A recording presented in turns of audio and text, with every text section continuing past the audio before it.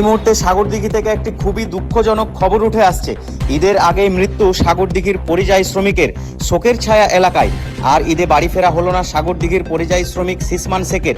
কর্ণাটকের ম্যাঙ্গালোরে রাজমিস্ত্রির কাজে গিয়ে শ্বাসকষ্টজনিত কারণে মৃত্যু হলো মুর্শিদাবাদ জেলার সাগরদিঘি ব্লকের কাবিলপুর অঞ্চলের নতুনপাড়া এলাকার বাসিন্দা পরিযায়ী শ্রমিক সিসমান শেখের। জানা গিয়েছে 37 বছর বয়সী ওই পরিযায়ী শ্রমিক গত 3 মাস আগে রুজি রোজগারের টানে পাড়ি জমিয়েছিলেন সুদূর কর্ণাটকে।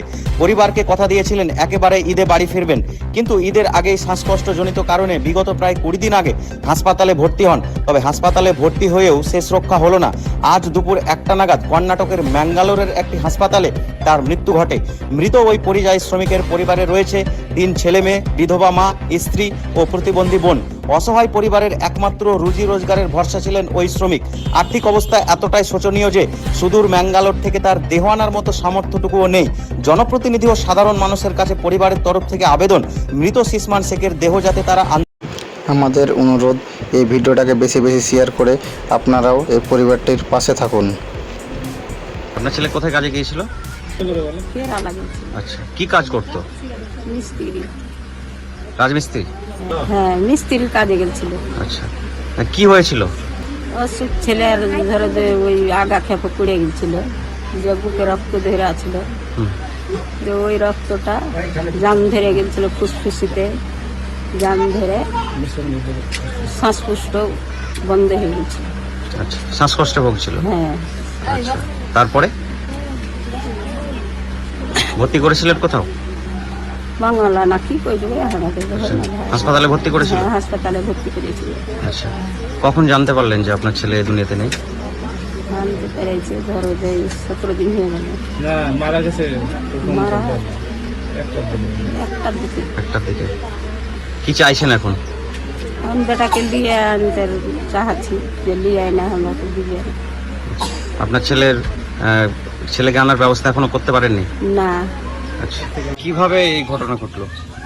ঘটনা বলতে আমার একসঙ্গে কাম করছিলাম সবাই মিলা, দিয়ে মানে এমনি হাঁটলে মানুষটা খাসতে গেছিল, মানে তারপরে শ্বাস হচ্ছিল, শ্বাসকষ্ট হচ্ছিল। তারপরে নিয়ে গেলে আমি ভর্তি করলাম, আমি ছিলাম, একজন ছিল সালা লাগে, নিয়ে যেয়ে ভর্তি করলাম হসপিটালে ভর্তি করার পর একদিন ওখানে ছিল, একদিন থেকে একটা ওই হসপিটাল থেকে অন্য হসপিটাল ছবি করার জন্য বড় স্ক্যানে, ওখান থেকে অন্য হসপিটালে ভর্তি করলাম। ওখান থেকে নিয়ে যেয়ে আবার ওখানে পুরো চিকিৎসা করলো। চিকিৎসা করার বাদ দেবা অন্য হসপিটাল বলে, এখানে তো আমরা সবাই বললো যে বাড়ি নিয়ে চলে আসবো, আমরা বললো বাড়ি চলে আসবো বলে আবার সবাই মিলে বললো যে ওখানে ভর্তি করা হবে। আবার ওই হসপিটালে ভর্তি করলাম। কতদিন ভর্তি ছিল?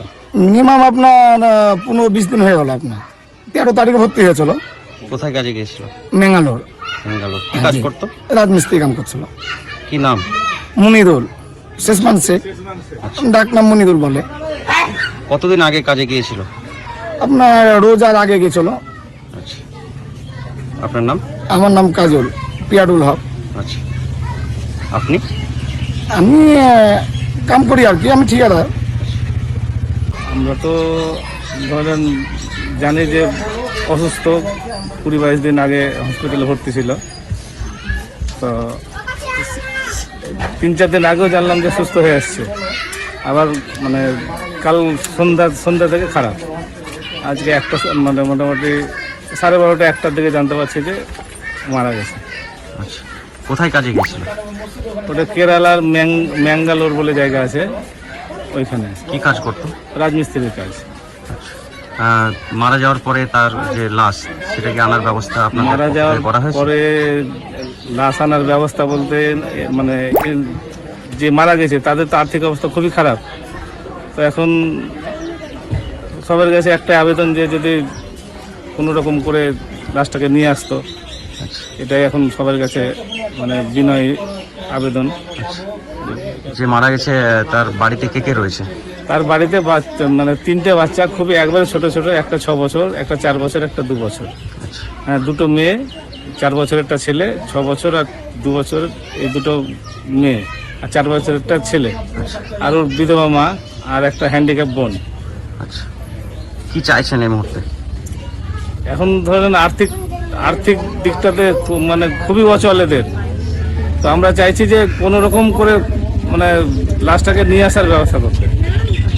তাই সহৃদয় ব্যক্তি যদি কেউ থেকে থাকেন যে সাহায্য হাত বাড়িয়ে দিলে পরিবারটা উপকৃত হতো আর কি, এটাই।